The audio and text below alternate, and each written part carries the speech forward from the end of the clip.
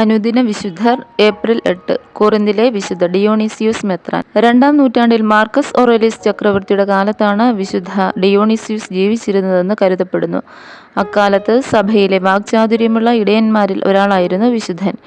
ജീവന്റെ വാക്കുകൾ തന്റെ കുഞ്ഞാടുകൾക്ക് മാത്രം പകർന്നു കൊടുക്കുന്നതിൽ സംതൃപ്തനല്ലായിരുന്ന വിശുദ്ധൻ ദൂരെയുള്ളവരെ പോലും സമാശ്വസിപ്പിക്കുകയും ഉപദേശിക്കുകയും ചെയ്യുക പതിവായിരുന്നു. വിവിധ ക്രൈസ്തവ സഭകൾക്ക് വിശുദ്ധൻ എഴുതിയിട്ടുള്ള കത്തുകൾ മൂലമാണ് അദ്ദേഹം ശ്രദ്ധേയനായിട്ടുള്ളത്.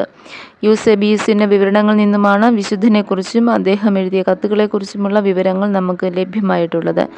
വിശുദ്ധ പീറ്റർ സോട്ടർ പാപ്പായുടെ കാലത്ത് റോമിൽ നിന്ന് ലഭിച്ച സഹായത്തിന് നന്ദി പ്രകാശിപ്പിച്ചുകൊണ്ട് വിശുദ്ധൻ റോമൻ സഭയ്ക്ക് എഴുതിയ കത്തിൽ സഭ നടത്തി വന്നിരുന്ന കാരുണ്യ പ്രവർത്തനങ്ങളെ ഉള്ളു തുറന്ന് പ്രകീർത്തിച്ചു.